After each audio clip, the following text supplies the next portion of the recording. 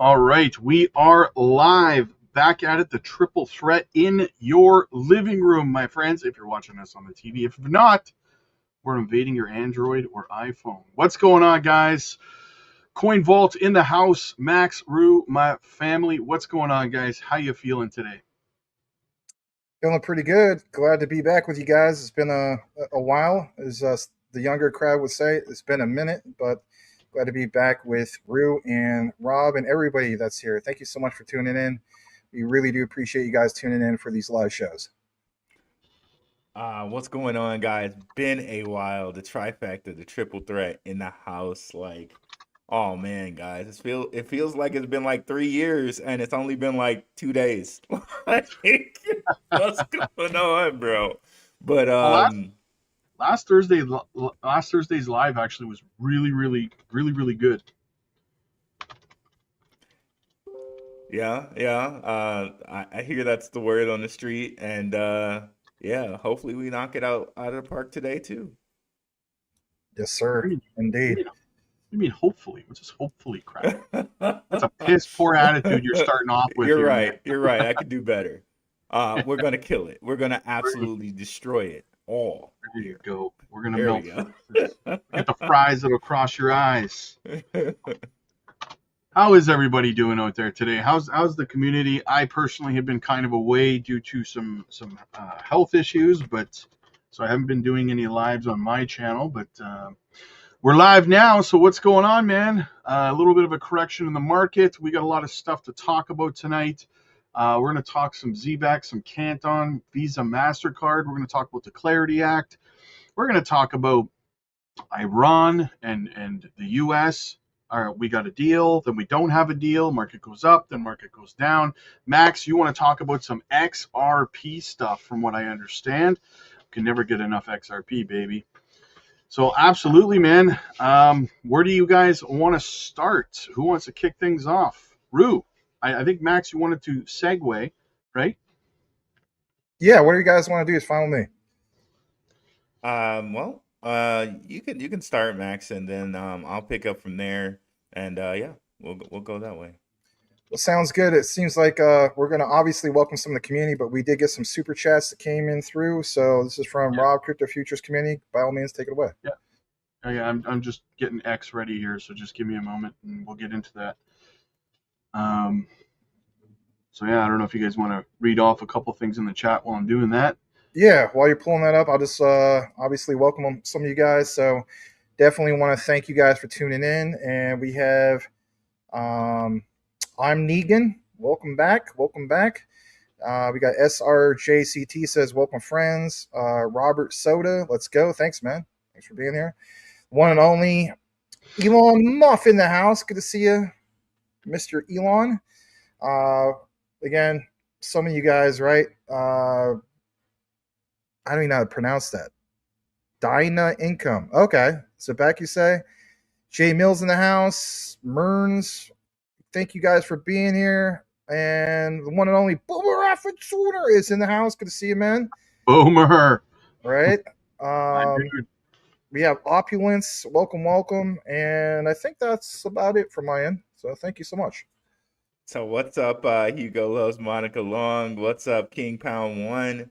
What is up, your boy? What is up, WF Capital Management? My guy. What's going on? Alfredo Gonzalez. What is up? Elon Musk, of course. What is up? I am Negan. I think I got all my guys. If I missed anybody, just continue chatting. I'll definitely see you in the chat. Thanks so much for coming through, guys. Really appreciate it. All right, let's dive into some of the super chats here. We got your boy. He says he's first, man. You can't beat him. He's quick on the draw, my dude. Thank you so much, brother. Always here, always supporting the channel. My guy, Benjamin, of course. How's it going, brother? Good to see you, man. He says a 5 for each from the SFPF Stacked Fanny Pack Foundation. I love it. You got to get Jack stacked and Fanny packed. But we'll take it. Thank you so much, brother. I appreciate you. Boomer, good to see you, brother. Good to see you, man. Dave, let's go, man. Real Kevin in the house. Happy Thursday. Time for some pepperoni and chips. Let's get it. A little bit of Ricky from Trailer Park Boys. If you didn't get that, I mean, nobody wants to admit they ate 9 cans of ravioli. Fantastic. Rise above. Good to see you, man. Good to see you. Mirdid, what's up, buddy? Says, Rue, you see the comments in the Coin Vault poll. I put a poll up over on Coin Vault, so I don't know if you guys... I saw that. I did not. What were the comments? I'll have to get over there and see. No, I didn't see them, Murmu. I did not see those comments. All right, guys, we will try to bounce in and out of the chat, so make sure you're dropping your comments and stuff like that. What's a decent bag of Zebec? I mean, it depends on your budget. It depends on your perspective. Me personally, I feel like if you hold 10 million, I mean, for me, I'm going to save anywhere between 3 to 5 million for the next cycle. I'm just going to not sell them because, like I've said 100 times, I feel like Zebec could be the next XRP in terms of price appreciation. We saw XRP back in 2017. What it was then, below a penny, round a penny, $3.60. 2 cycles later, probably would have hit that sooner if it wasn't for the lawsuit. So can Zebec do it? I think so. Shout out to Jesse of Apex Crypto Insights. He says, Rob, please fix your banner at the top, brother. What is bounds? I think you mean bonus. Yeah, okay. Well, thank you. Thank you, Mr. Hess. Your grammar, you know what? I'm kidding. Thanks for the heads up. For the heads up. I don't want to. How about that? Yeah. I'm not gonna. I'm gonna make more mistakes. More bounds. Right. I want to go in and delete a letter from each word just to mess with you. Right, like Jay-Z, be like, "Can you bounce with me? Bounce with me." Call me Hova, right? Oh, it's a rock in the building. What's going on? It's a rock in the building. Jetpack, what's up, buddy? Peace and power to the panel and people. Amen to that. All right, let's get this party started, guys. Max, I think you wanted to kick things off. Yeah, before we do, big shout out to Sublimes. Welcome. Dina, glad to have you here. I saw some other people in the house like Jetpack. Glad to have you guys here. It means a lot. So what we're going to do now is I want to give you guys some new examples, some new announcements, I should say. So we're fully aware of all the hoopla that's out there, right? Who isn't talking about the Parity Act? Some people call it the unclear Parity Act. I've seen some of those jokes, but nonetheless, we're going to address some of these things. We're going to have a little discussion about this, and we'll even address some of you guys' comments as well. So we're going to pull this up on your screen. Big shout again to our brother Space Smoke. I was going to do a collab with him, Molt Money, and Mr. Man. It was supposed to be on Tuesday, but unfortunately, I got rescheduled, so we're going to do it next week. But nonetheless, what we have here is very important to share with you guys. So we're fully aware of all the hoopla. Let's talk about the Genius Act a little bit more. You do want to hear what we have to say. So the Genius Act implementation in July 2026, yes, you read that right, will extend XRP's utility through RLUSD. Here's this quote, and I want to read this real quick, and we'll share this with the panel. While the Genius Act is designed to regulate stablecoins, its implications extend to XRP, particularly due to Ripple's USD-backed stablecoin, RLUSD, which operates on an XRP ledger. All right, so I want to share some of this with you guys, and I want you guys to see it for yourself, okay? Instead of me just rereading quotes. Here's the first part of this, and it's going to get interesting. I'll be honest. It's going to open up some things about some documents, which I'll share with you in a bit. So basically, you see here the impact of it all. And I think I'll leave it I'll shrink this down just a tad. All right. So I want you guys to be able to see it on your cell phone or your TV or, whatever. It says, while the Genius Act is designed to regulate stablecoins, its implications extend to XRP like we just talked about. And at the bottom, we see here regulatory compliance could enhance RLUSD's credibility, potentially driving increased institutional adoption.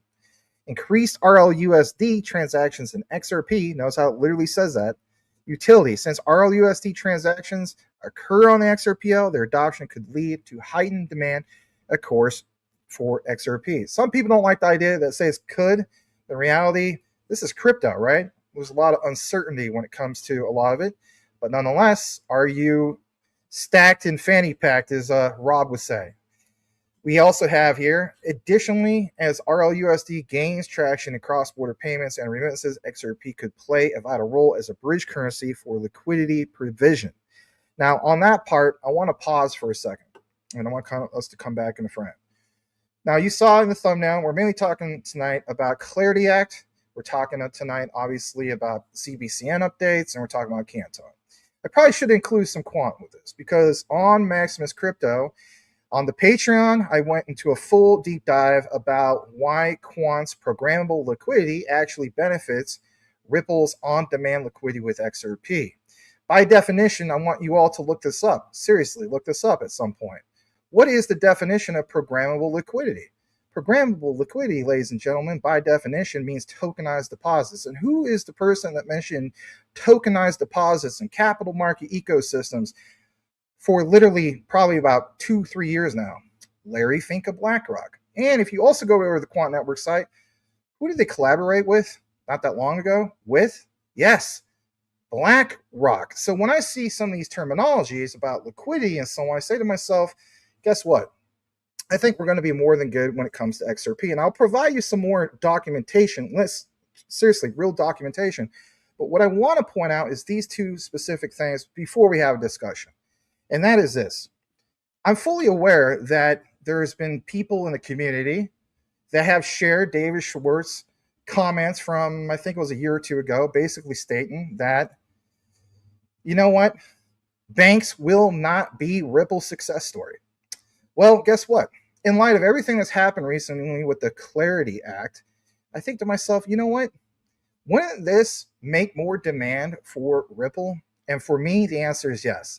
So I will share with you some key documents of not only how Ripple, of course, applied to become a bank, but if anything, maybe you've never actually seen the real documents, or if anything, never gotten a real update in regard to that. So please, by all means, stay tuned for that. But nonetheless, guys, the way I look at it is like this.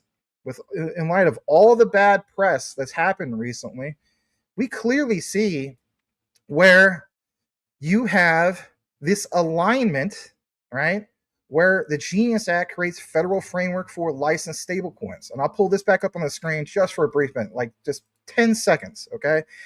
As we see from the same document, right here, BNY. Rue and I have talked a lot about this. BNY is in who? BNY Mellon. They launched tokenized deposits. Again, think about that. Tokenized deposits by definition means programmable liquidity. On its private blockchain in January, JP Morgan continues expanding Kinesis, which has processed over $3 trillion since 2019. Each chose different platforms. Meanwhile, the Genius Act creates a federal framework for licensed stablecoins with implementation beginning July 2026. All right. I would like to talk about this with you guys because for me personally, I think we see literally the roadmap that's happened here very, very soon. And I get it. A lot of people are losing their minds about all this, Rob and Rue. But at the same time, I am already jack stacked and fanny packed, as you would say, Rob. And the way I look at it also is this is another example that moving forward, XRP is going to have demand. Would Ripple, when they get to become their own bank, pull a whole, flip of the script and basically say, hey, you know what? Banks, traditional banks, you don't want to give us anything at all? Well, screw you all, because we are our own bank. And if anything, wouldn't that mean that they could take the charge and the lead when it comes to yield? And what would be the solution? RLUSD. Definitely want to get some of you guys' 2 cents on that.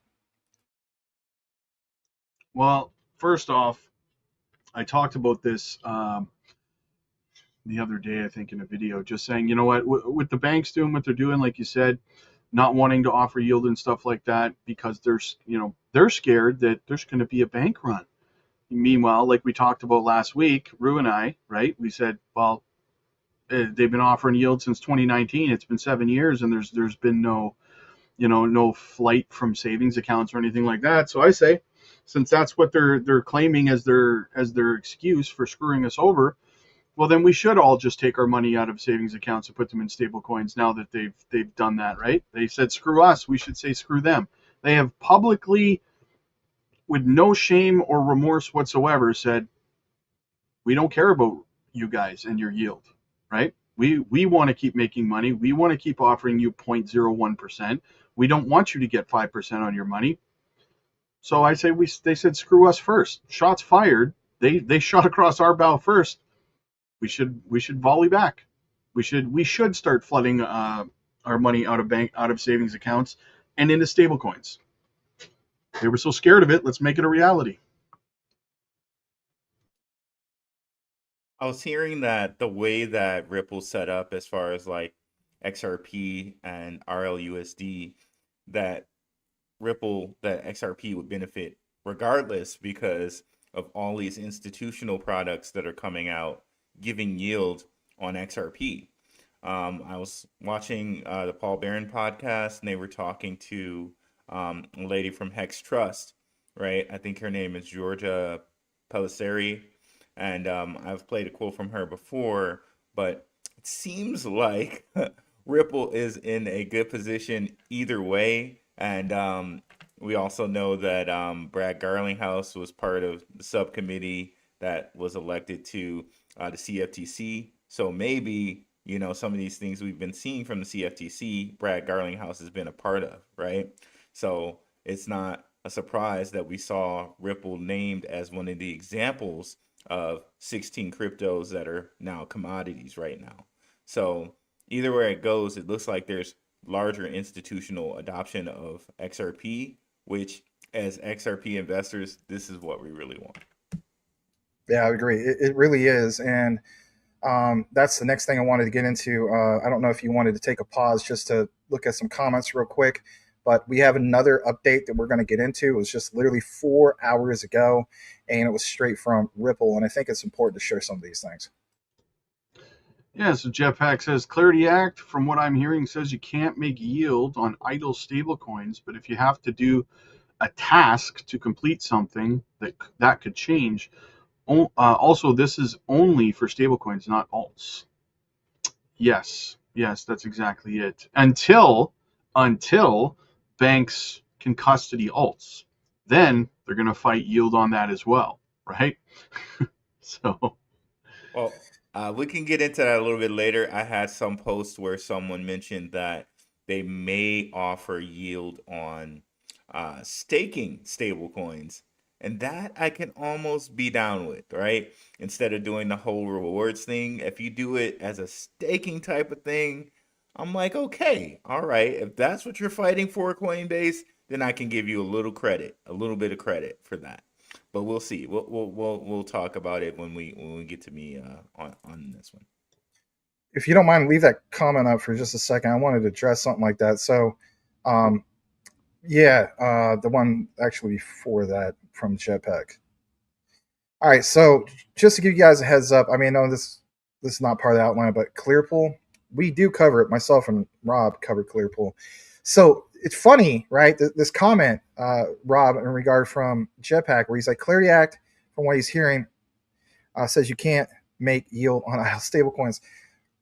Rob, do you remember for the longest time, I would say probably like at least 2 years, Clearpool used to have a slogan, right? They would tweet it every so often. It would say, earn, you already know, right? Earn yield on your idle stablecoins, right? Yeah. So if you go to use Clearpool as we speak, it's outside the United States. Of course, you would have to use a VPN, but you already call this, man. You literally just said, I think in yesterday's video, which was a great video, by the way, you point out that, what are people going to do in light of the whole Genius Act thing? They're going to find other avenues. They're going to use VPNs. They're going to go outside and so on. And, think about the supply and demand for platforms to offer, a yield on those idle stable coins. I mean, if you think about Clarity Act, there's a whole other world out there.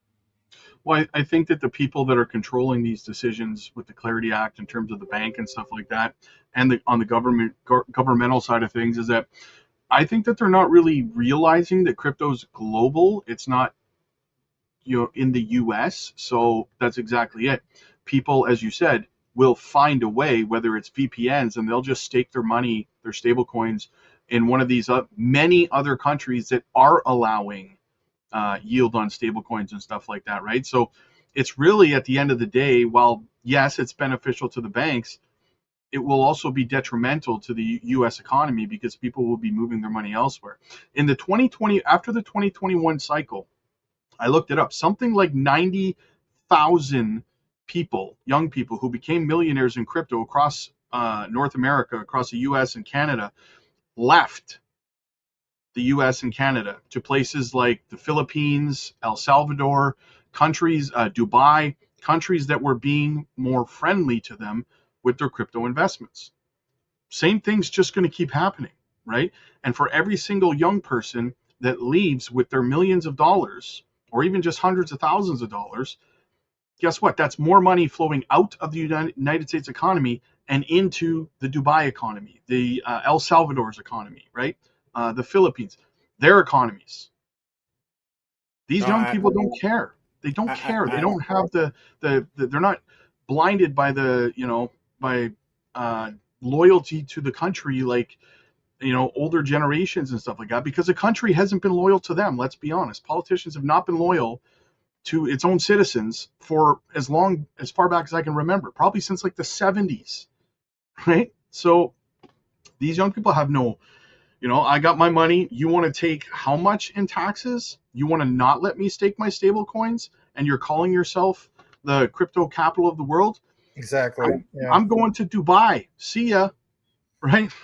Well, no, going to Dubai when it clears up there, right? Yeah. Yeah. I definitely agree with you on that, Rob, but I think the money that they'll save for not giving it to the general person is what they're after, because right, a lot of us that, the people that are in our Patreons, the people that are diehard crypto investors and are really pushing their money towards that, like, we will be able to go to other countries and take our money elsewhere if that happens. But for the regular person, right, they're not going to want to go through a rewards program, and like, they're just not going to want to do that. So these companies like Coinbase, they will save tons of money keeping the interest for themselves. So really, that's the person that's going to screw over the most, just the regular Joe guy. Well, here's the thing. We've talked about this before. The people who are in crypto from, let's say, from 2017 to now, okay? We are the minority at the end of the day. Yeah. Right? The majority of people in the United States and Canada are not in crypto, right? And that's what the banks are betting on. When the government gives crypto its seal of approval, that majority of people, Grandpa Joe, who doesn't want to learn KYC and how to make an account and self-custody and all that garbage, he doesn't want to learn how to do that stuff. He's going to go to the Bank of America or wherever else, and he's going to say, buy me some Solana, buy me some Bitcoin, buy me some Ethereum, and that's it. Just no different than when you're getting mutual funds or stocks through your bank or whatever the case might be. It's as easy as picking up the phone or even just firing off an email to your advisor at the bank saying, buy me some Bitcoin. That's how easy the average retail investor wants it to be. And they want the safety and security that they feel knowing the bank is holding it for them. And that's a great point, Rob. And on that note, like, this is one of the reasons why I'm really, really high on Zebec, because they're going to make it that easy. So the moment that someone gets paid, they can just, they can just Google tap with their phone, and they'll make it very easy where it's like, okay, yeah, I'm getting paid in real time, but I don't really know that there's crypto behind this. I can just use my Google Pay and use my phone as a bank like I normally do. And, like, no one's the wiser. Yeah, I'm just digging through the chat here to see if there's any questions. If you guys see a comment, Did have a super chat that just came through on your end, Rob. Fridge, my dude. He says, I know this wasn't on the list, but if you all get a minute, thoughts on Plume. It's all Patreon has been talking about.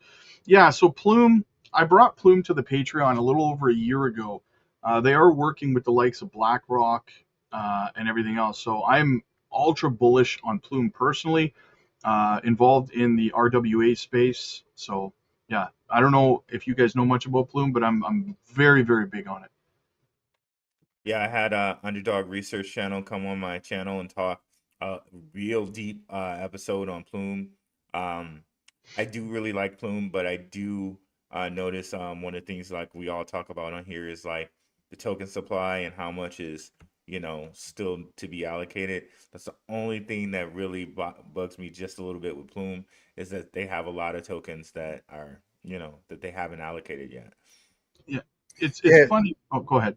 I was just gonna say you took the words right out of my mouth, Rue, because looking at it's 53% in circulation.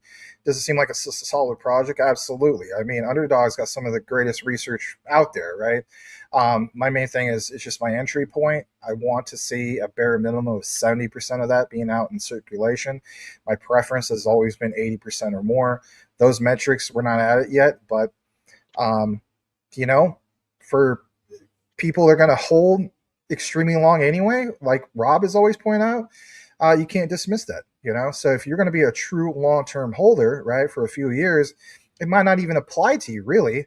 But for me, I am more that guy where, okay, I want to accumulate, I want to get some, but again, it's not meeting my own personal criteria. That's no flood on the project or anything, but I'm kind of in He's fun. alignment.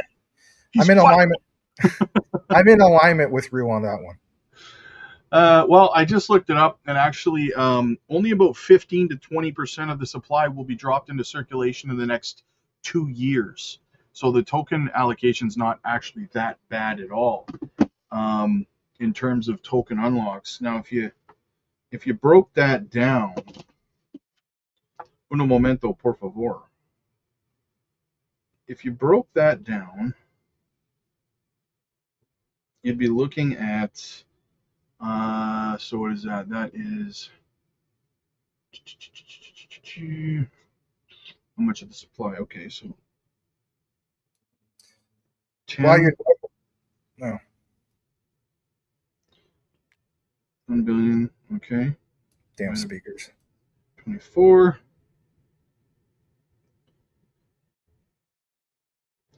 That's only 416,000 or 416 million. My math's wrong on it. That's still 15 to 20% over 24 months. That's not a bad token unlock, right? That kind of token unlock can get bought up easily like that.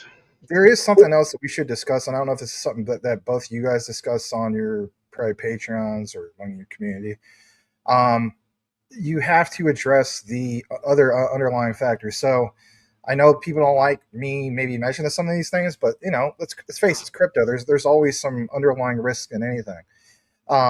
So for me, again, the other thing would be where I wouldn't jump into it just now because that 53% is, again, I understand, Rob, you mentioned the whole thing of like, was it, you say 15% in the course of 2 or 3 years? That's hoping that all goes well with the project, and for whatever reason they don't, God forbid, do like a V2.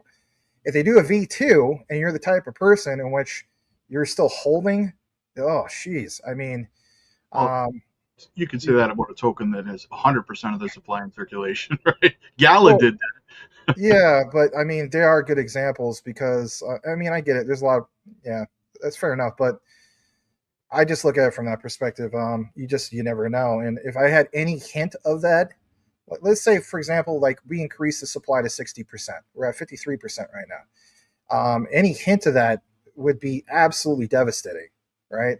Because you are the holder, and as the saying goes, it's kind of like they're dumping on you until, I don't know, 2 to 3 years. But I don't know. I guess it sounds like flood. It's not. It's just me trying to be real about. It's not FUD. It's just a hypothetical that could happen to any Yeah. project. Yeah. Well, true, but I also just look at like this is my criteria. Again, I'm kind of with Rue on that. I've always felt that way. My minimum is 70%, but again, it just depends. It just depends. Like BAS, Finance Attestation Service.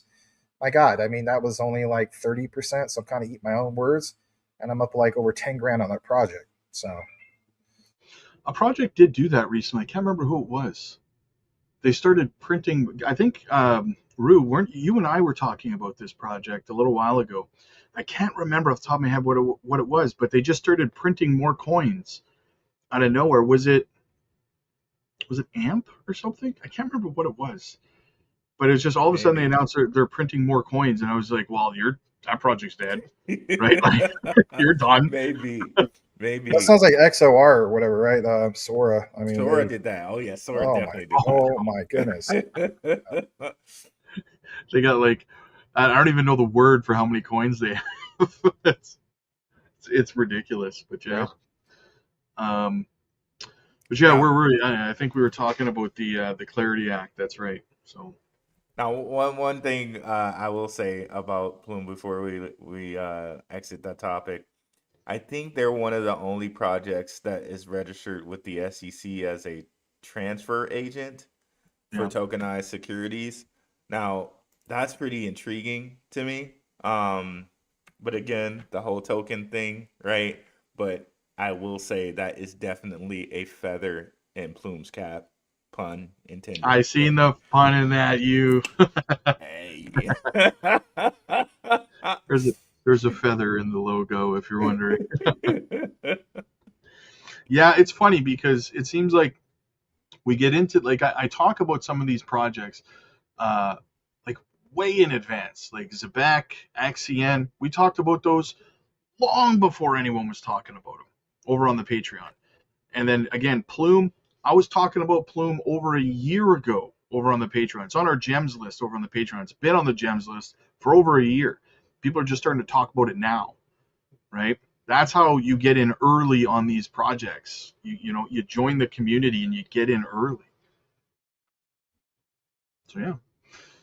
But back to the Clarity Act. Sure. Let me just jump into that, and I'll just double check. You answer some of your super chats, right? Yeah, you did. So, Yep. all right. So let's pull this up. This is the one that was reported about roughly 4 hours ago. Let's share this, and then we'll have a conversation about it. So we see here from BSCN, again, roughly 4 hours ago, crypto Ripple CEO, obviously Brad Garlinghouse, says, big dog in this fight on Clarity Act. Brad Garlinghouse said at today's FII Priority Miami Summit that Ripple doesn't have a major stake in the Clarity Act battle. I don't know if people are aware of this, right? Noting, of course, XRP. And basically has already began the whole thing of being recognized as a commodity. Did I lose everybody? Am I here? No, you're here. Sorry about Oh, that. all right. So, where was I at on this? Oh, shoot, I don't even know. All right, Garlinghouse expressed confidence that the bill will eventually pass despite Coinbase rejecting latest Senate compromise. Quote, people are annoyed. Well, no kidding. They're exhausted. So hopefully we'll get something done. And then on stablecoin, since that's obviously the talk of the town for at least probably like the last couple of months, Garlinghouse pushed back on proliferation, saying, quote, my head starts to hurt. All our heads are hurting, not just yours, Brad. Thinking about 50 United States dollar stablecoins, right? He revealed Ripple was minting 20% of all USDC before launching RLUSD. That's interesting. I wasn't aware of that. Calling it a natural move given the company's balance sheet and institutional focus. So, I actually just want to get some of you guys' 2 cents on that before we continue, because where we're going to continue, and this is a treat for you guys, is this document right here, which is Ripple National Trust Bank. We'll break that down here in a little bit, but back to our panel for some discussion about the topic at hand. Well, on that, there's a video in which Brad Garlinghouse says that, well, we might not get clarity until May. And like, it's like, come on, bro. You guys are moving the goalpost again. You said 90% in April. Now you're saying just May with no percentage. So I don't know. Like it's like every single day it seems like Coinbase is in, Coinbase is out. Last I heard they're out again.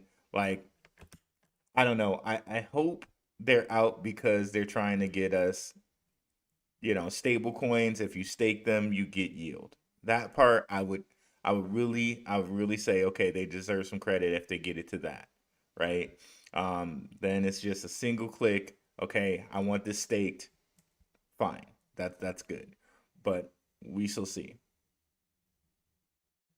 Well, a lot of people are expecting this massive, move on crypto the minute that the Clarity Act passes, if it passes at all before summertime hits, right? And I think that how often do we see this? How often do we see these high expectations because of some upcoming catalyst, and then we see either a nothing burger or the market dump on the news, right? Because it's usually already priced in. And I remember someone had put a comment on one of our videos that I did because they said that I don't think that the Clarity Act passing is going to pump markets immediately. Eventually, it's good big picture for markets, but your portfolio is not going to the moon the minute the Clarity Act passes, right? It's just not. We're in a bear market. And the guy was like, "Oh, what an asinine, thing to say." I'm like, I remember "Okay, that comment. I did see that. Yeah, that was over on CoinVault. Yeah. yeah." I was like, "We'll see, right? We'll see." Just like I made a video about it was about exactly 2 weeks before Judge Annalisa Torres declared XRP not a security. I made a video. We're in the bottom of a bear market, and I said, "Guys, if it happened," I said, "you don't want it to happen right now because if it does, XRP is only going to shoot up maybe 80, 90 cents." I said, "You can go back and check my videos. It's still there, right?" And sure enough, 2 weeks later, she declared it not a security, hit like 80 something cents, 86 cents, 90 cents, and then came right back down to like 50 cents. It's like people were like, well, I was expecting $10. And people got mad at XRP. What a crappy project. You're in a bear market. There's no liquidity, right?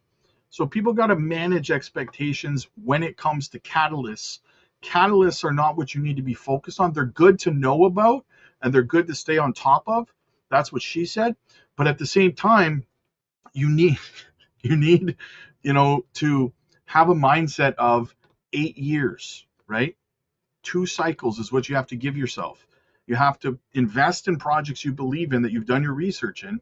You have to allow time for your investments to mature. Don't listen to these people saying you're going to get rich in 2 months, right? Because the Clarity Act is going to pass. It's not going to happen. Of course, that's probably just me being asinine, but whatever. Right? No. I mean, I saw another comment recently. It doesn't matter. There's always going to be comments, right? It's what comes with the territory. But one guy point out, he's just like QNT, right? He's just like, with all this positive stuff coming out, how come QNT hasn't hit his previous all-time high of over $400? Again, we're in a different cycle, and the cycle basically is totally different from the one from 2021. And again, back to like we're in bearish times at the moment, right? So even if we weren't in bearish times, I've been pretty consistent on this, and that is basically, look, compare the previous cycle. In that previous cycle, you had positive catalysts that would literally pump the coin or the token. For me, it's always been liquidity pouring into any project. Again, it could be the ones that are really tied into the whole new financial system, right? The finternet, financial internet. And it could also be the ones where it's just a meme coin. Again, speaking of meme coins, this is what pisses off a lot of people that are the utility maxis. They don't like the idea that they'll see a meme token pump like crazy. Yeah, it'll dump. And then they're like, man, I've been holding on to these utility tokens. And then they'll start calling them, pardon my French, shit coins, right? They'll be like, all this is pure crap. Well, what's the difference? The difference is the meme coin is literally retail liquidity. Okay? So if you think about this, right, it's like Quant, many years ago in 2021, you had off the catalyst, right, a bunch of institutional money coming through and so on, and even retail money saying, I really believe in this. So as a result, an empty pool, picture the empty pool, now you have a bunch of money coming into it, literally retail money coming into it, because it sure as the heck isn't institutional money that came into that. No, not yet.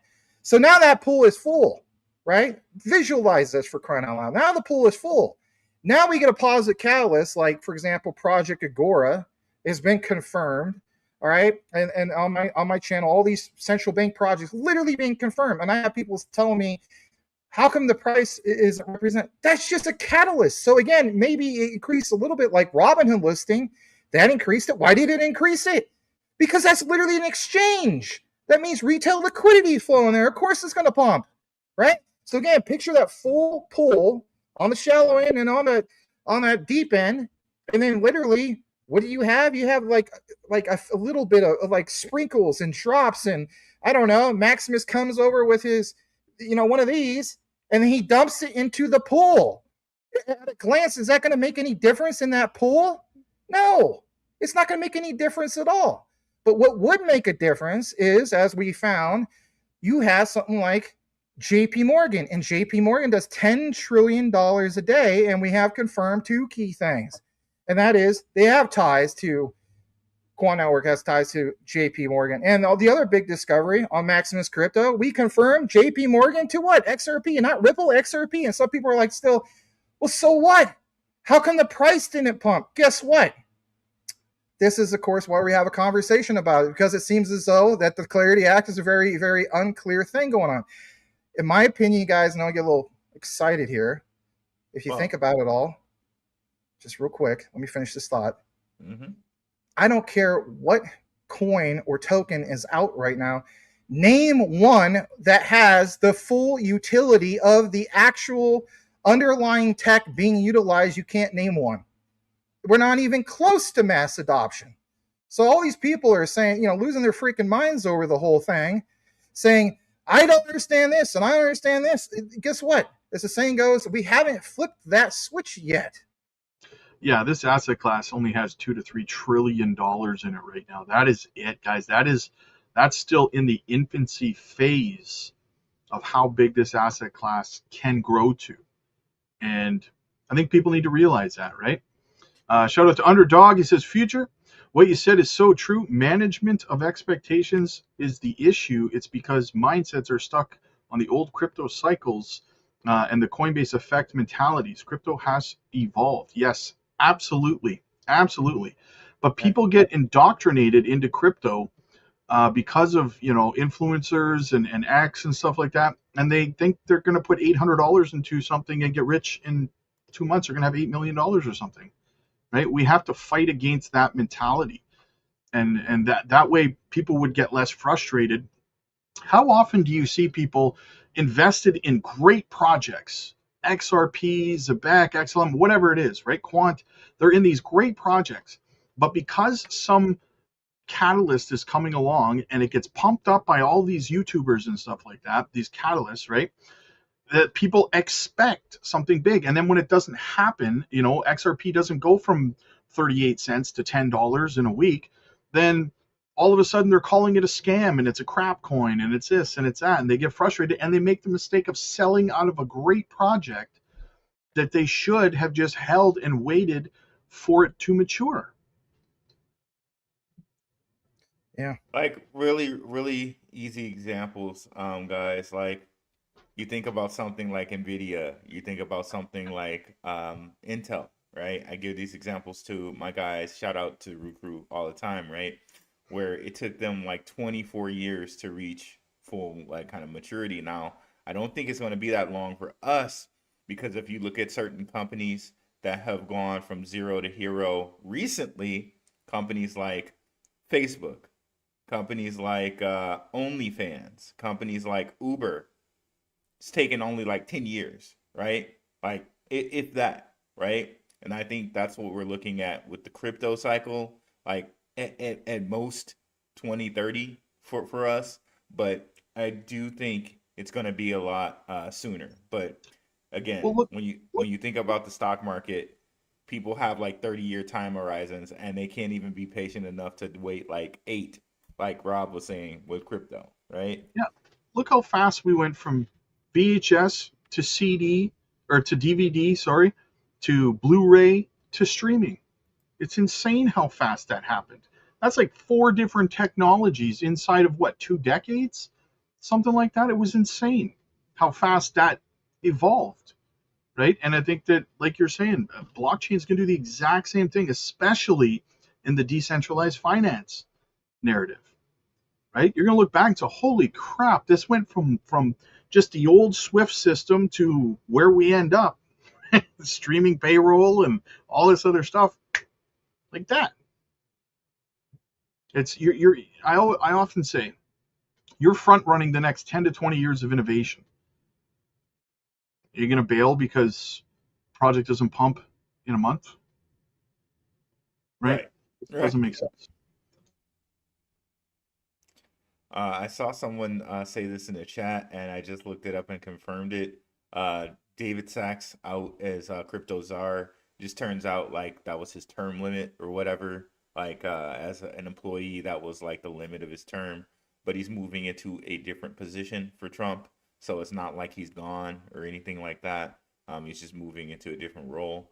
But thank you for that piece of information. That's a very important piece of information. Just also knowing that David Sachs and his company are invested in Zebec as well, Craft Ventures. So shout out to David Sachs.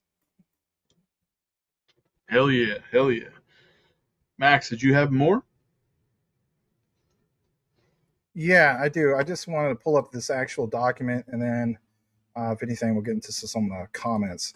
So I just want to show you guys that, if you're new to all this, that a while back, Ripple, of course, did apply to become a national trust bank. And this is not just some tweet or anything like that. This is an actual physical document just to show you guys.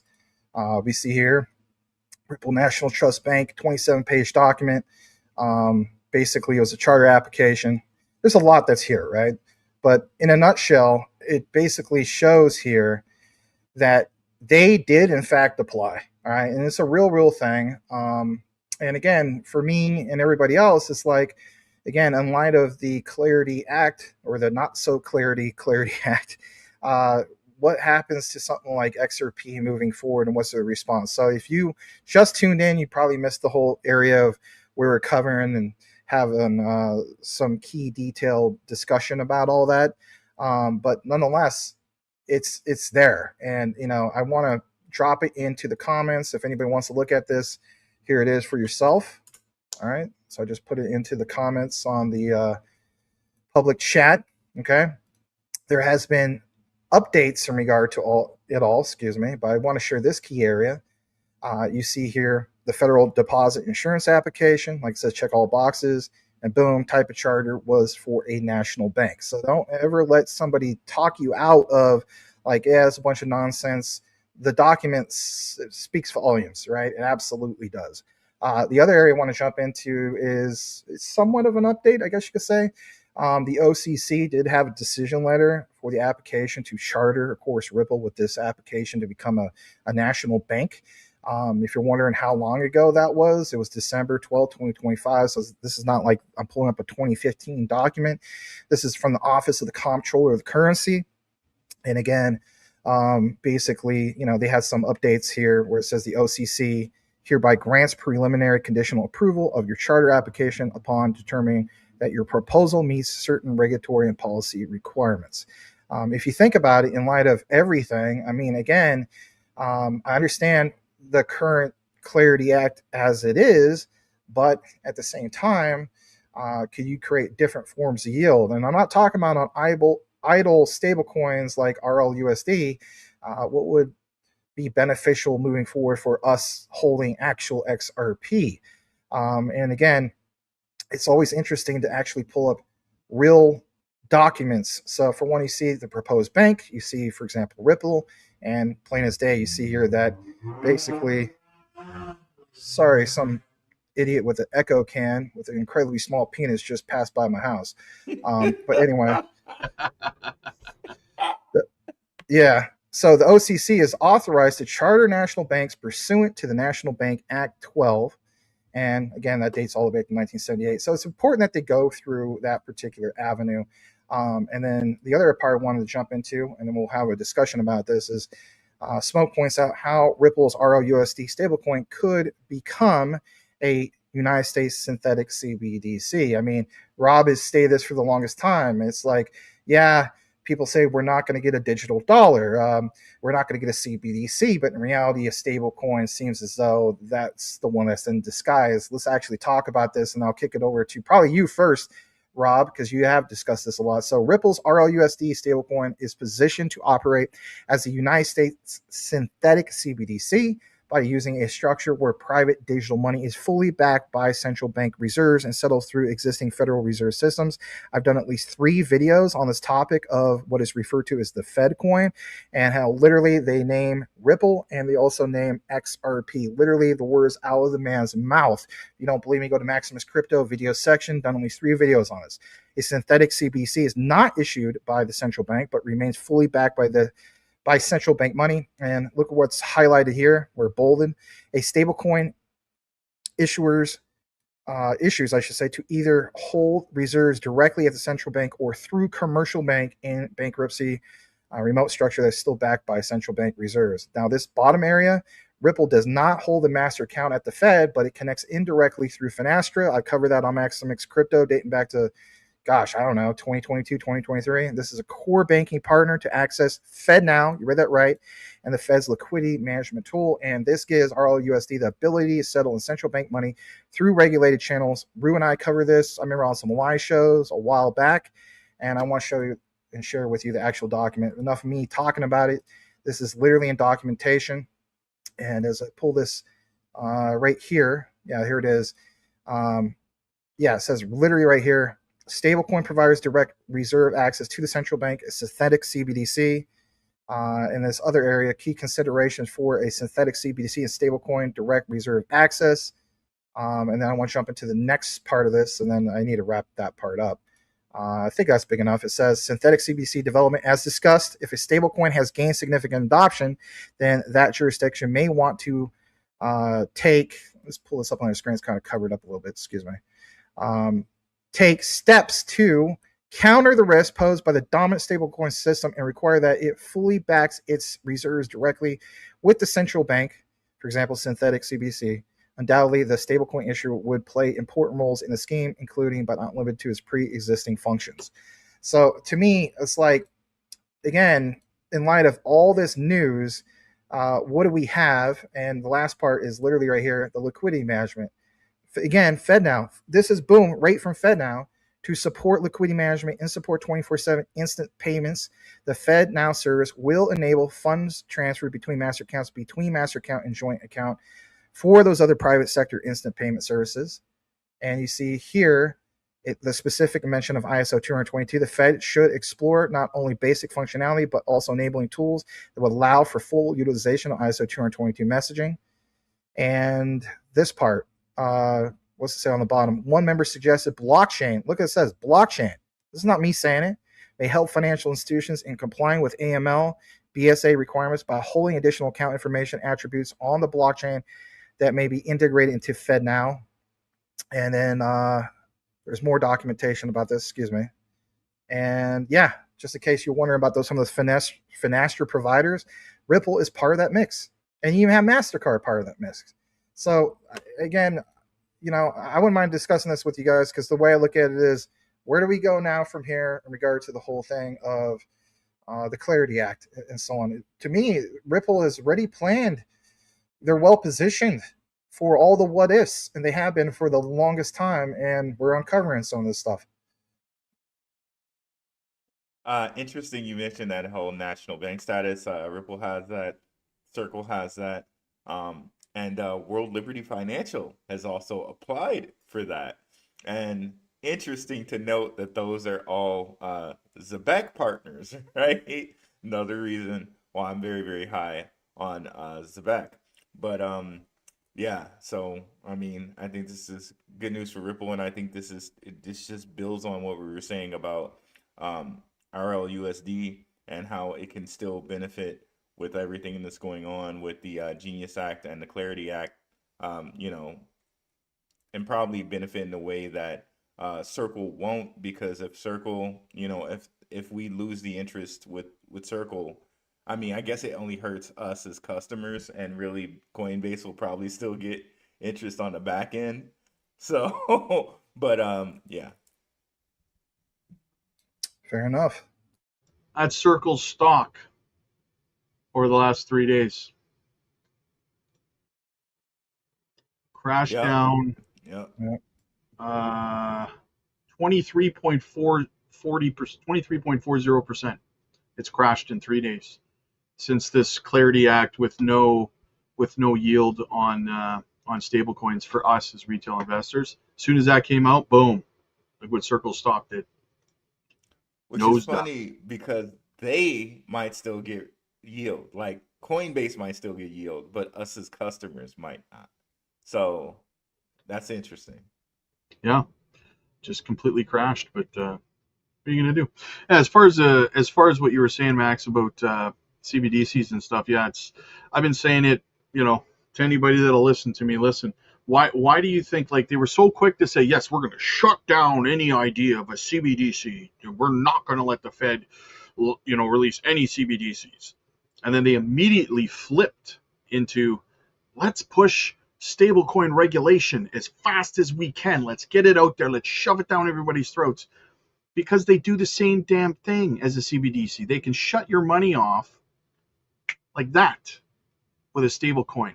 Tether does it all the time whenever there's illicit activity, right? How many times a month do you read an article, at least once a month, where Tether, froze accounts of suspected illicit activity on USDT, right? They can shut it down just the same. They can control your money the same way they could with a CBDC, right? They just changed the name of it, and everybody just believed it, right? It's like stablecoin, yeah. Everyone who was like, no way, we cannot have a CBDC, is all on board with a stablecoin regulation, right? It's hilarious. Yeah, it's kind of like a Trojan horse to a sense. It's It's gaslighting exactly at the finest ability of gaslighting. Like, oh no, we're not gonna have that. Don't worry. No, this is different. This is different. Look at this. 100%. Yeah, that's how she goes, man. That's how she goes. So Max, did you have something else, or? I do have something else. I just want to do this real quick. I normally don't do this, and God bless you, guy. I don't want to, make a thing where this is me creating drama. But I will address this one more time, and I normally don't do this. So if you interpret that this is an attack on you, sir, this is not an attack. But every once in a while, I will do this. So I want you to highlight the person whose name is BirdDog45. And the comment is ISO 222s are done. Yeah, I've been reading it. That's all right, because guess what? I already cover this on the Patreon, and I'll just make this public. I'm going to address this right now. I really do. I'm more than prepared to do it. Yeah, address it. I'll find it. Go ahead. I'll find it in the. All right, so I'll just read this real quick out loud as Rob gets the comment. So he says, and I respect a different opinion. It is what it is. I know where you're getting some of this misinformation from. I would just say, a lot of people know who this guy is.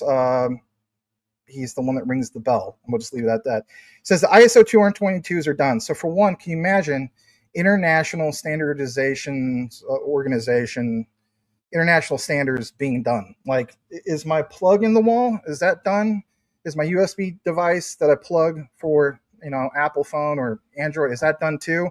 These are international standards. So apparently that's done. Okay, fair enough. Q&T recycles their tokens. That is not true. Similar to HBAR swing trade if they pump. They dilute them on retail speculation only. JP Morgan is making their own rails, same as Circle. All right, so what I'm going to do now is I'm going to share on this screen where literally I cover this on the Patreon. And I want you guys to see some of this for yourself. It gives you a little taste for one of what we do on Patreon. So you can unhighlight that for a second for people to see this on the screen. Let's full screen this. I literally said addressing Q&T misinformation, fake.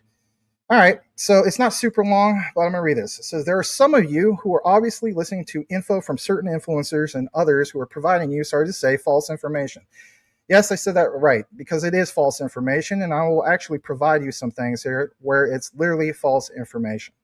I get it. You're looking to see who is right and who is wrong. Okay, fair enough. But in regard to Q&T and the whole, it doesn't get burned. It gets reused. My answer is, nah, it's not really reused in the way that keeps inflating or avoiding any reduction.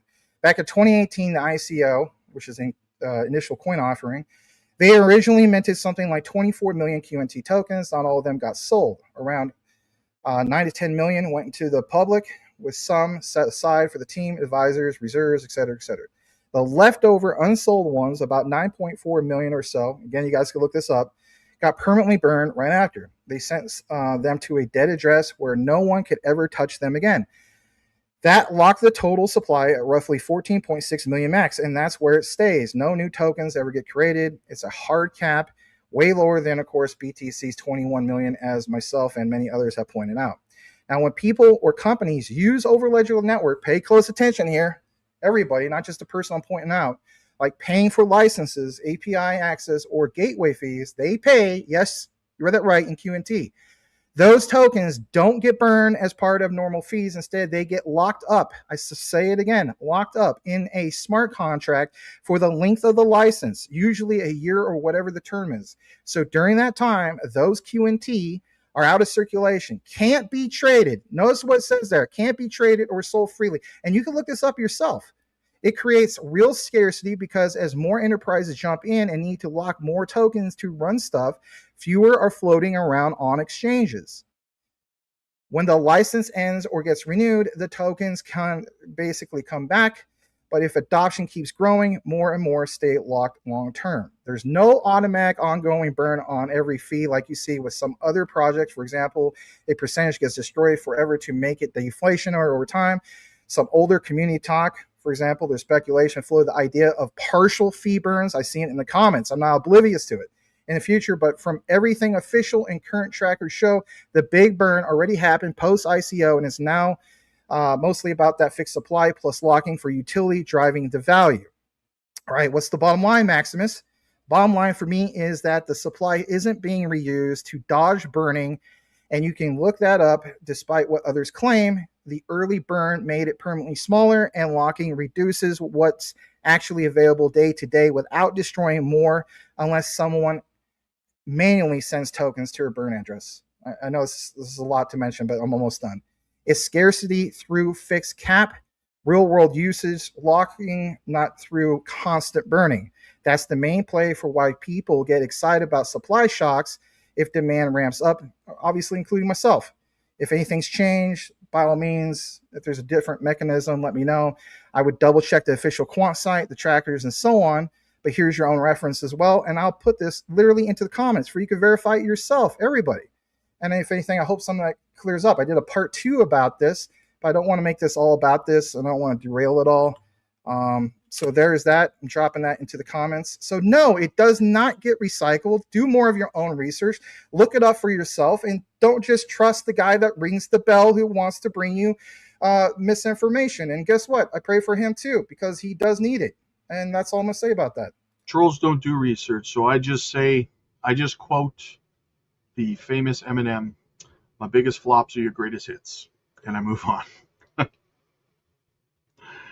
Someone's got a new member on one of your channels, guys. Oh, Selmo Flood. That's an OG, though, of OGs. He's literally watched me since there's 2 guys in the chat, and I think it was him and Cody Core.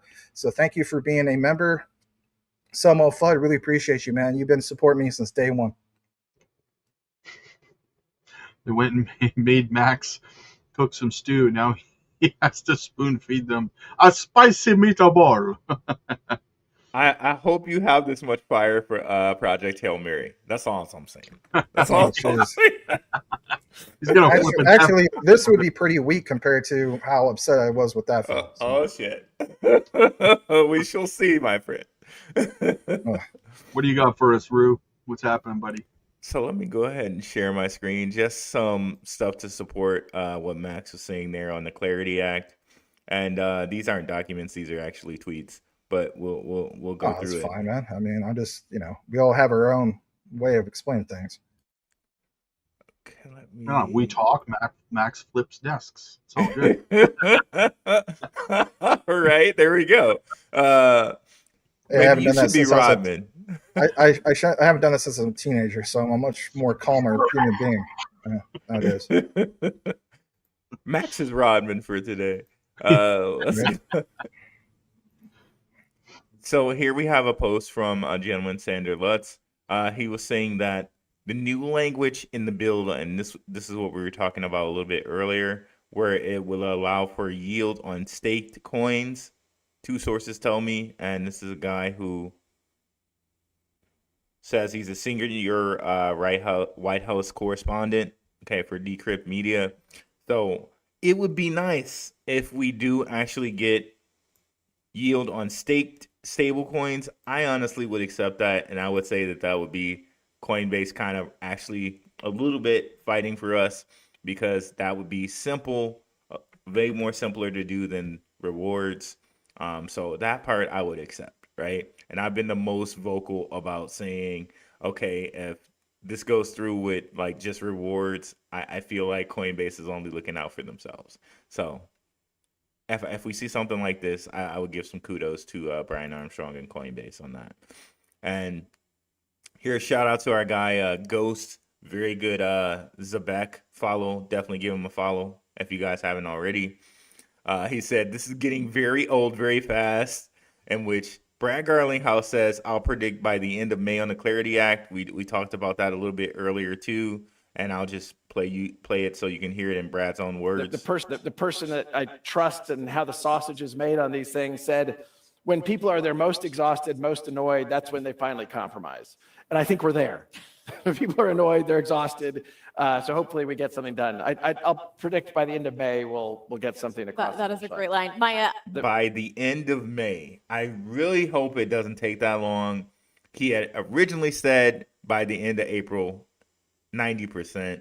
And they just keep playing this game. This is like going on like 2 years now.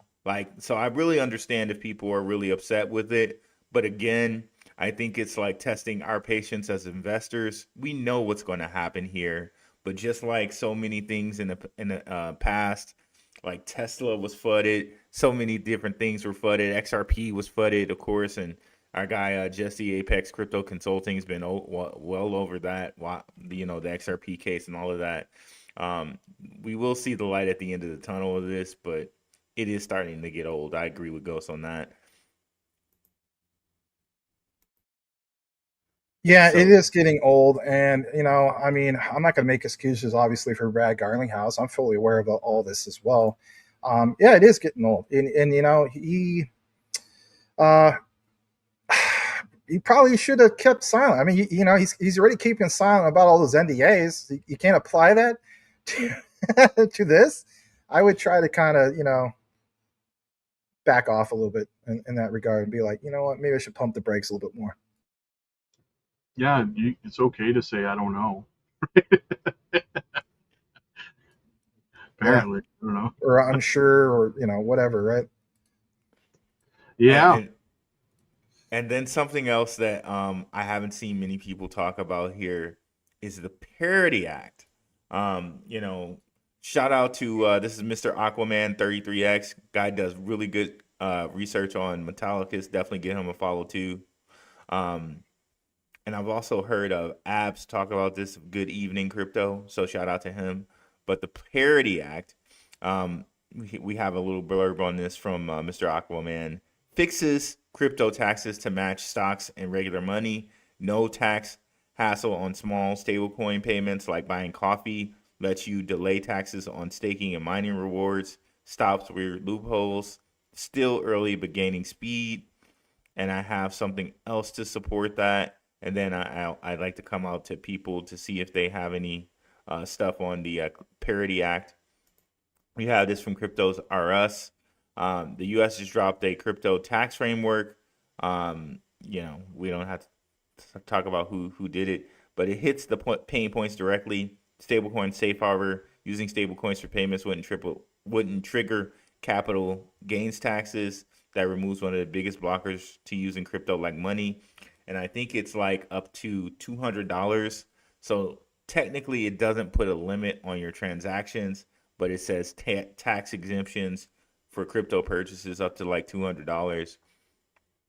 Staking and mining tax deferral. Rewards wouldn't be taxed when received, only sold when sold. This aligns with crypto with how assets are taxed everywhere else. Clear definitions and reporting, more clarity on digital assets, brokers, and obligations, less gray area, less legal risk. It's also Congress acknowledging crypto as a part of the system and needs modern rules. So we'll see how this Parity Act comes out. Have you guys heard much about the Parity Act? No, sir. Okay. Nope. So No. it definitely seems like it's the least, like, I think clarity is definitely more important than this when we talk about just market, crypto market infrastructure, right? And if you follow the whole terminology of infrastructure and you know how Zebec worded its whole thing with Stellar, where it's the global payroll infrastructure for um, for Stellar, right? And I agree with Robin that maybe we don't see right away something once we get the whole Clarity Act or crypto market infrastructure bill, however you want to word that. But when we get this, like, I definitely think we see something eventually, right? Okay, one other thing I wanted to add here from Chad Steingraber. Ripple was name dropped. Oh, did you have something to say, Max? It's Chad Stanglaber. Nice, I love it. Oberst.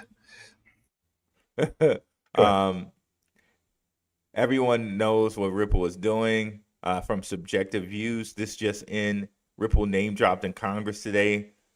Rep. Sam Liccardo mentioned Ripple in the House hearing on financial innovation. So let's listen to this here. We've seen, at least publicly in print, is that their concern is focused on the fact that ACH doesn't currently have an automated solution that can reject transactions that would cause daylight overdrafts. And we certainly appreciate the importance of mitigating risk. That's a big role, obviously, for the Fed.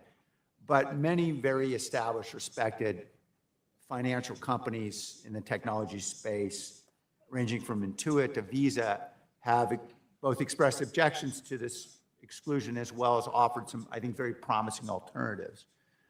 For example, requiring pre-funding of ACH transactions. We heard that from Intuit and from Ripple.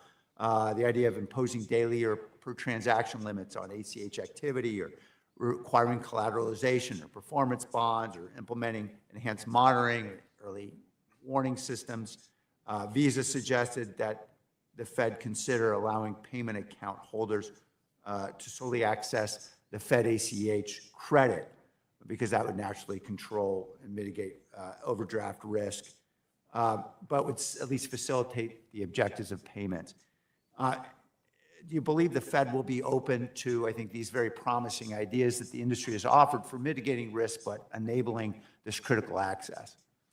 So I have not read the pool of comment letters that have been submitted, but I'm taking it from your comment that they've submitted these ideas in comment letters. Eagerly. And I know that we will be, I know that the my colleagues at the board, this is handled by a different division. It's but they will be looking at those comment letters, and I think if there are ideas that will actually solve the problem, I'm sure they'll be open to considering it.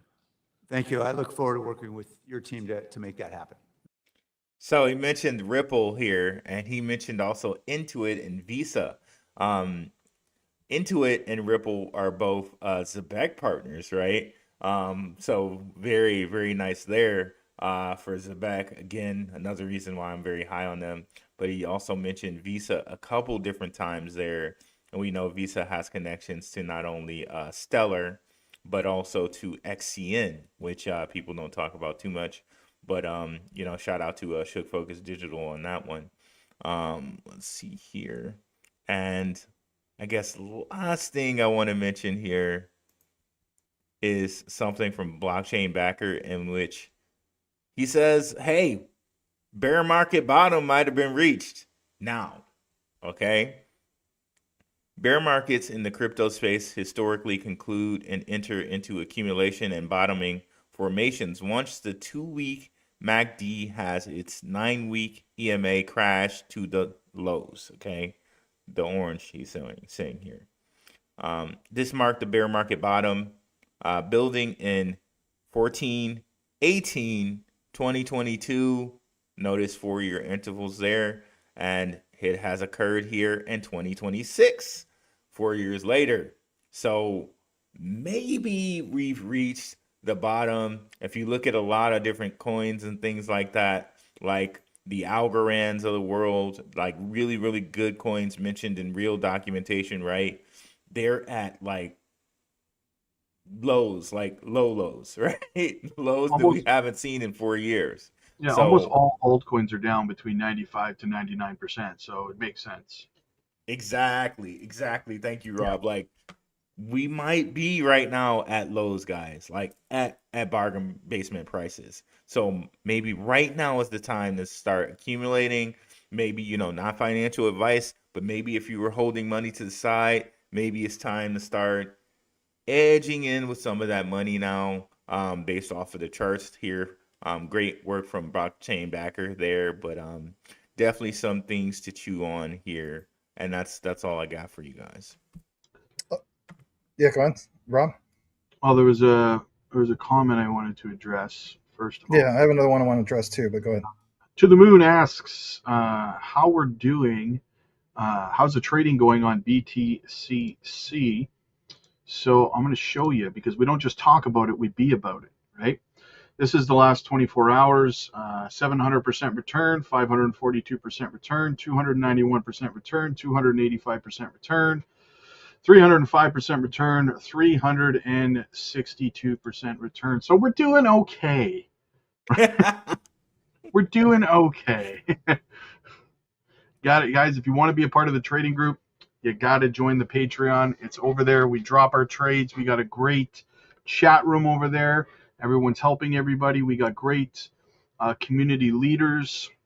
Shout out to Jay Dorn. Shout out to Ben. Stuff like that, guys. It's absolutely phenomenal. So that's how we're doing. We're doing okay, right? We all right. Right? More than okay. More than okay. We're printing. All right. What was the comment you wanted to look at there, Max?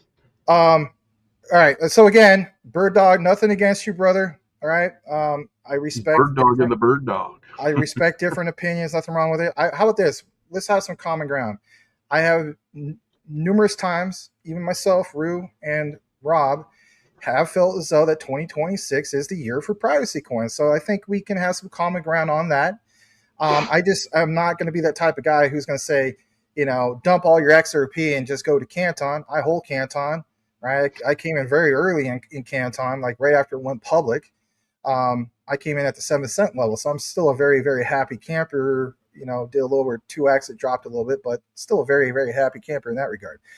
ZK knowledge proofs, it's a critical infrastructure to say the least. But this comment, privacy is the utility. Public/transparent blockchain is something no one would ever use. Your statements. All right, so hey, we can all have a different opinion, no problem. And I do believe that you do real research, and you said that you're not referring to the guy that rings the bell. Well, then that's good. Kudos to you on not recognizing that guy, right? So what we have here is to share two key things that need to be shared. Shout out to our brother in space, Smoke. He always provides real documents, okay? I won't make this too long, I promise. And I hope you don't take this the wrong way, because that is not my mission. Maybe will attack the argument. I never attack the person, okay? So I want to share this. Let's pull this up on the screen. Yeah, join the Patreon. We have candy. That's funny. So what we're going to do here is Smoke points out public versus private blockchains. Public blockchains make it easy for projects to connect and grow together and invite everyone to take part. Private chains can end up closed off with a few people in control. And look what it says here. Public chains offer massive uplift in composability. Now, where is he basically quoting that? Well, right here. And as I pull this up, I want you to see it firsthand for yourself. So let's just leave it up right there. I think that's big enough. So yes, public chains offer massive uplift in composability, interoperability, and inclusion. I love Canton, don't get me wrong. Like Quant, a network of networks, but it's a different use case. It says they lower the barrier to innovation. Private chains may feel safer, but they risk creating silo pools of capital and gatekeepers. These are literally the exact words of Gilbert Verdian. That's not the right long-term outcome. But if you want to capture the flywheel effect where innovation builds on itself, public chains are more promising. Now, that's just me taking something from Smoke and the document, yada, yada, right? Like anybody could do that. No big deal, right? No big deal at all. You may think. here's why this is a big deal. Back to your statement, okay? Please remember, we just talked about JP Morgan earlier. JP Morgan does literally $10 trillion in transactions per day. Look it up. Let's remember, JP Morgan forecasts 30 trillion in tokenized real world assets on what? It doesn't say private right there, my friend. It says public blockchains by 2027. So apparently, public blockchains are very, very important because, if anything, JP Morgan really realizes that. And what you see here, this is documented. And where's the citation? Where does it really come from, Maximus? It comes from Kinesis by JP Morgan from Project Epic. And it is epic. Funds addressable market, 30 trillion. Assets under management is expected by 2027. 2 to 3 billion current tokenized funds on public blockchain. Bottom part reports what? Boston Consulting Group projects assets under management to grow by 30 trillion over the next 3 years. We believe a significant portion of this growth could materialize in tokenized form. And again, what does it say here? Public blockchain, not private. So I just want to throw that out there. And it's not me trying to be Mr. Smarty Pants. It's just me trying to provide some other point of view and show that JP Morgan, whether you like them or not, they're huge. It's got the shakes that will make you quake. Shout out to my guy, Bird Dog. He's one of my guys. I've had him on in the past. He's like a really big believer in privacy coins. Like true. I'm glad he is, coins. because this is the year for privacy coins. So, again, there's some common ground. I'm not trying to just destroy your guy or anything. So right. So he has a completely different viewpoint than like we do on like ISO coins. So it would kind of be like, this is literally like two things that don't match or mix. Like you're putting the square hole in the round peg. But I definitely respect his views though. Yeah, it's always good to have differing opinions. I mean, you guys know that's why I do Blockchain Buzz. I like to bring people on who disagree with me on things, but at the same time, to like something like privacy, for example, doesn't mean you have to tear down something else, right? And I often say this about other YouTubers. Don't tell me how, like, there was this one YouTuber, I'm not gonna say their name, but they were shilling Caspa all the time. But instead of talking about how great Caspa is, he was always talking about how bad XRP is or how bad something else is, right? And I'm like, you're not telling me anything about why what you like is good. You're just telling me why what you don't like is bad, right? And that's not a way to promote something that you like. You don't have to tear something else down. Somebody else doesn't have to be torn down for you to win, basically, right? And there's too much of that in the divisiveness. That's what Brad Garlinghouse talks about all the time, right? There's way too much of it, right? You don't have to try to tear something down to promote what you like at the end of the day, right? Exactly. I mean, I was in debate club years ago, and they had a clear, distinct rule. You don't attack the actual physical person; you just attack the argument. So, if anything, I do like your comments. I see this one. I just want to read this. Bird Dog says, "Privacy is the thing, where the real tech ZK snarks versus Bruce. Regardless, the narrative is real. Agreed. Optional versus by default, they'd rather shield it than nothing. Okay." And like he says, we're good, bro, Migo. Well, thanks, man. I'm a bit of a acolyte for privacy. Hey, you know what? That tells me that you've done a lot of research on privacy, and that's why you're a proponent of it. So that's good, man. And Thank you for those comments, man. I could respect that. And I think personally, this is how people should go about. Like, if you're gonna have debate, this is the way to go about it, right? I have no ill will against this guy. He apparently doesn't, me too. So shout out to you and the Roo crew, Bird Dog in the house, right? So God bless you, brother. And there's one other thing that I forgot to mention with you guys. If you can share my screen, because I know we're I'll just wait, Roo. That's fine. No, just kidding. How dare you? I'm like cracking up over here now, and we're just moving along. I'm like, no, what is going on? It's all about you, Rue. God damn it! I came back for this shit. Go back to my lazy boy. I actually have a lazy boy. No, it's all good. Shout out to ZBCN, man. Shout out to the Zebec Nation crew. I just wanted to share this from him. Like, he makes very, very good posts on Zebec. Definitely give him a like and subscribe and a follow if you guys haven't already. He made this very long, and we're not going to go over the entire post. We'll just go over a part of it.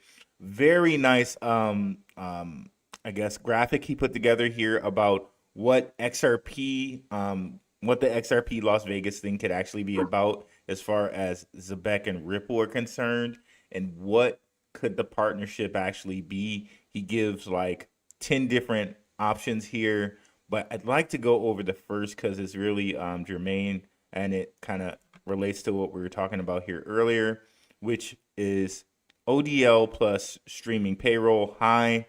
Zebec streams payroll, converts it to XRP, settles it through Ripple corridors, instant cross-border salaries. Why this fits huge, real money movement, an immediate use case for, watch for ODL, named corridors, USD, MXN, USD, PHP. Okay, so I'm not sure what this last part means, but we were kind of touching upon this earlier when we were talking about how RLUSD is kind of very related to XRP. So this would be like, and the way you might hear this come out is that Zebec is streaming payroll through RLUSD, which will have a big impact for XRP, right? But the way they'll probably mention it is that Zebec is streaming payroll through RLUSD, and that'll have a whole big implication for XRP. And as far as institutionally, that would also have a big implication for Ripple. So honestly, if it's this, like, please just like shut the door. Like, the thing with Zebec will be so high for me after them already announcing what they announced with Stellar. This will like just very much cement what we've been going over here and saying, like what me and Max have been saying probably for like a year now, as far as like, You got that right, brother. We have been. Yeah, over right? a year. Right, over a year now. Shout out to guys like Blue Collar Crypto and others, where we've talked about Zebec being very integral part to the interledger protocol, right? And this would just totally cement that Zebec is a necessary part to the interledger protocol. But again, these are some of the reasons why I'm very, very high on Zebec. And definitely go check this post out from ZBCN, man, and look at the other scenarios he mentions. But I think even if we don't get this, I think in the background, this is happening anyway. This is happening anyway. And Zebec, as far as what their payroll is, like, it's all going to get converted back to XRP's system, back to the XRP ledger, the ODL, and you have to pay the fees through Zebec no matter what stablecoin you use. But if they announce it kind of formally, this will really be, Zebec is a integral part of the interledger, and like all haters can just sit down and Haters get the gas, cry, please. cry into their hands, or jump off a bridge, whatever they want to do. But they're done after this.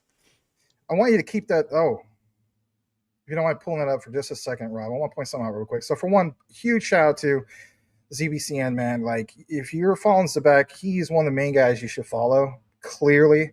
But this bottom part, Rue, where it says number 2, bank plus. Sorry,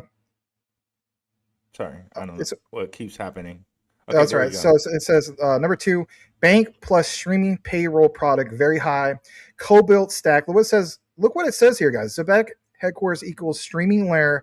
Ripple's upcoming bank equals custody plus fiat rails. Now, I want to share something with you guys that's going to complement what Rue just mentioned, and plus what ZBCN, man, just literally shared here, because a little bit of the focus will be on this upcoming bank that we're talking about. We just talked about this at the beginning of the outline, so I want to share this.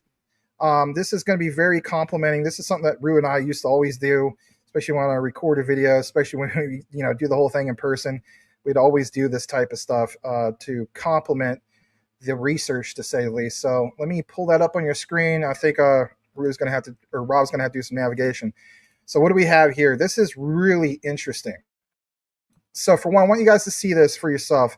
This is literally, ladies and gentlemen, today, big update, guys, big update from the one and only Smoke. Will really complement everything. Do not forget, the new OCC digital asset amendments will take effect in April 2026.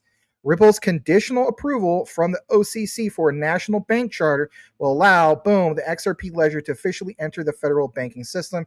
And I love Smoke because he always has the real documents. No fluff on this one.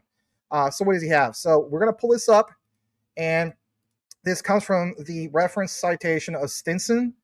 And let me just shrink this down a tad, okay?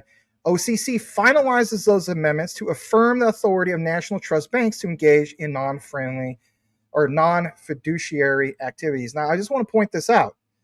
Think about what we just talked about. Think about what Brad Garlinghouse shared, whether we like it or not, right? He's like, oh, it's going to be May.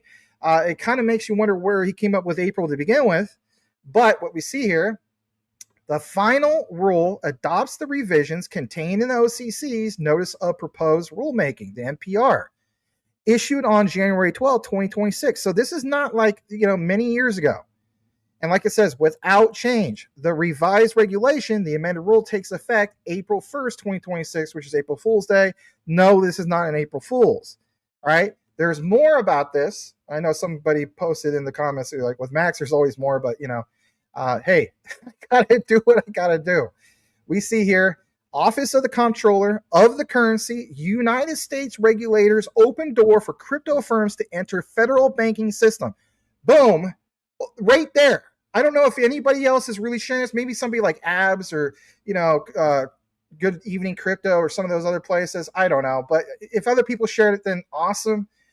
Again, we got to highlight this, guys, because it seems as though there's a lot of division on the good and bad news lately. And to me, this is great news. Several major crypto firms, including Ripple, Circle, BitGo, Fidelity Digital Assets, and Paxos, have received conditional approval from the United States regulators to operate as federally regulated national trust banks.